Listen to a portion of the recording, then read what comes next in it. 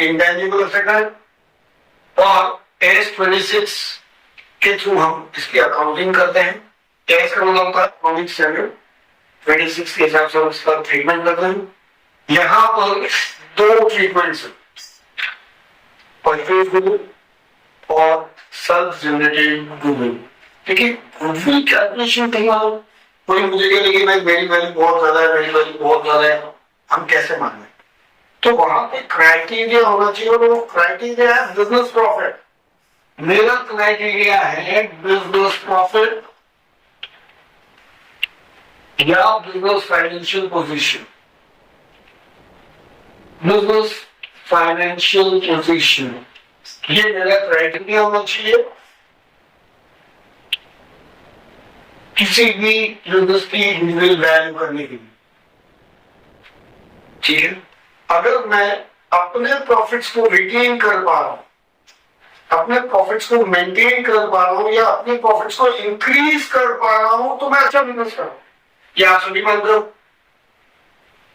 और जब कोई भी बिजनेस प्रॉफिट में होता है या प्रॉफिट उसका इंक्रीज होता है तो उसकी रेपुटेशन की मानते हैं, क्या मानते हो? मानते हो? बिजनेस की financial position long run, short run सभी चेक करते हैं। उसके लिए हमने रेशियो एनालिसिस पढ़ना है जो हमारे लिए एनालिसिस करनी पड़ेगी हमें। तो उसमें फाइनेंशियल पोजीशन देखी जाती है, फाइनेंशियल पोजीशन देखी जाती है through balance sheet. Through balance sheet कोई कंपनी को डिटेल आएगा तो वो सेट हो जाएगा भाई साहब।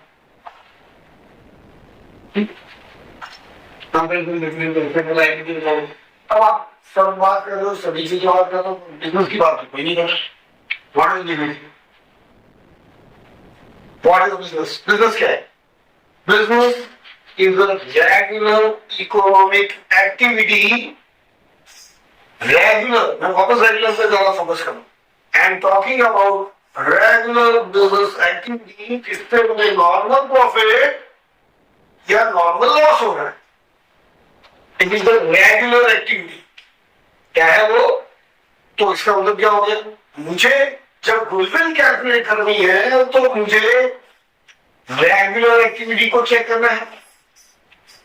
इरेगुलर एक्टिविटीज को नहीं, जो एक आध बार होगी साल में, उससे मुझे कोई काम नहीं है। यानी मुझे बिजनेस ऑपरेशंस के थ्रू जो होने वाला प्रॉफिट है, यानी ऑपरेशनल प्रॉफिट्स को देखना है। और ऑपरेशनल प्रॉफिट्स को देखना है तो इसका मतलब मुझे एबनॉर्मल प्रॉफिट्स और एबनॉर्मल गेन्स को हटाना पड़ेगा। आया ना? सीधी सी बात है, समझने वाली बात है। मैं बिजनेस का मुझे निकाल रहा हूं, मैं एबनॉर्मल एक्टिविटीज कर रहा हूं, नहीं निकाला तो ऐसी कंडीशन में मुझे ऑपरेशनल प्रॉफिट देखना है। यानी मेरा जो नॉर्मल प्रॉफिट बिजनेस के थ्रू हो रहा है उसको देखना है। जब उसको देखना है तो मैं बाकी सब चीजों को क्यों देखूं?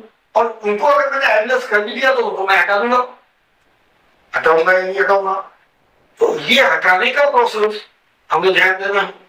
किसमें ध्यान देना है? क्योंकि ऑपरेशनल प्रॉफिट्स यानी नॉर्मल बिजनेस प्रॉफिट्स की बात करें। समझ में आया? गुडविल लॉन्ग रन के लिए है, शॉर्ट रन के लिए नहीं है। शॉर्ट रन के लिए नहीं है क्योंकि मैं एक पर्टिकुलर एक्टिविटी के बारे में बात कर रहा हूँ, रेगुलर एक्टिविटी की बात कर रहा हूँ। बिजनेस रन फॉर एवर, हमने दो ही कंसेप्ट में पढ़ा। समझ में आ गया? क्लियर? चले आगे, चलते हैं आगे। चलो, अब मैंने बात करी थी कुछ प्रॉफिट रिटेन करने की। जितने ईयर्स तक, जितने नंबर ऑफ ईयर्स तक हम प्रॉफिट को रिटेन करते हैं, क्या करते हैं? रिटेन या इंक्रीज मेंटेन करते हैं, उस ईयर्स को कहा जाता है नंबर ऑफ ईयर्स परचेज। इसका हम कैलकुलेशन में इस्तेमाल करने वाले हैं, है ना? भाई अभी मैंने जस्ट आपको समझाया था कि मैं जितना साल तक प्रॉफिट मेंटेन करके चल सकता हूं उससे मेरी अर्निंग कैपेसिटी के बारे में, यानी मेरी इकोनॉमी के बारे में पता लगता है। तो इसलिए जो बेस है वो मेरा नॉर्मल प्रॉफिट बेस है, और उससे जब हम नंबर ऑफ ईयर्स में रिटेन कर पा रहे हैं तो उसे हम नंबर ऑफ ईयर परचेज करते हैं, कहते हैं, और उसके अकॉर्डिंगली हम उनकी वैल्यूएशन करने पाते हैं।